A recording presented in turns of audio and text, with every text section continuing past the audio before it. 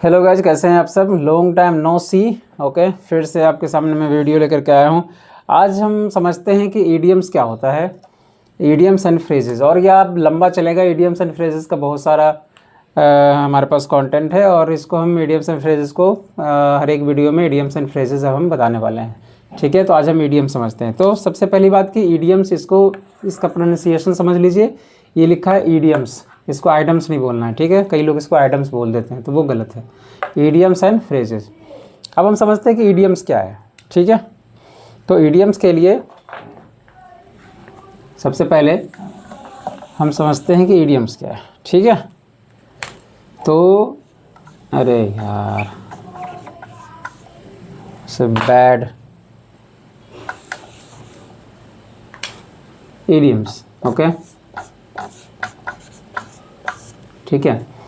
Idioms एक ऐसा चीज़ है कि जिसमें आपको जो एक ग्रुप ऑफ वर्ड है, क्या है, एक ग्रुप ऑफ वर्ड्स है। ठीक है, इस ग्रुप ऑफ वर्ड्स का जो मीनिंग है वर्ड बाय वर्ड, वो मीनिंग ईडियम्स का नहीं होता है। सबसे पहली बात, इसका मीनिंग क्या होता है, इससे डिफरेंट होता है। ठीक है, क्या होता है, इससे डिफरेंट होता है। यानी ईडियम्स में क्या होता है कि जो ग्रुप ऑफ वर्ड है, जो ईडियम्स है, उसका मीनिंग इसका वर्ड बाय वर्ड के मीनिंग जो देखेंगे उससे बिल्कुल हट के रहेगा। इसी को कहते हैं ईडियम्स। ठीक है, अब एक एग्जांपल के तौर पर लेते हैं। ठीक है, एक एग्जांपल के तौर पर लेते हैं।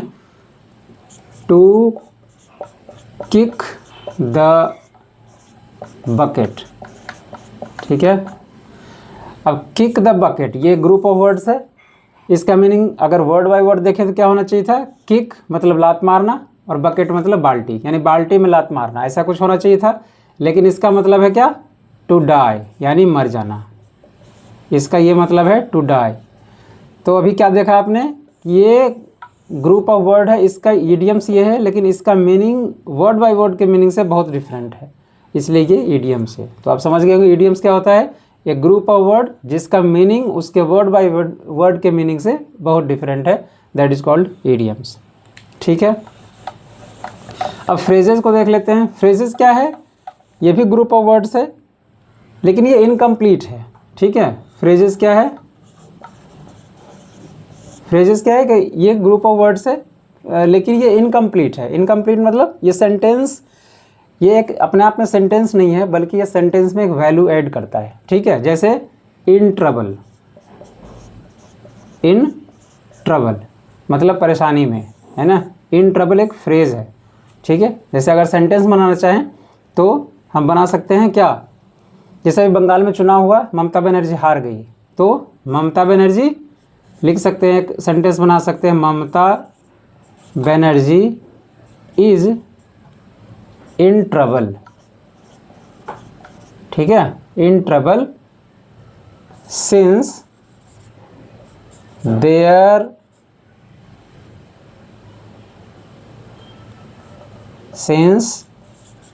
There party lost the election in Bengal.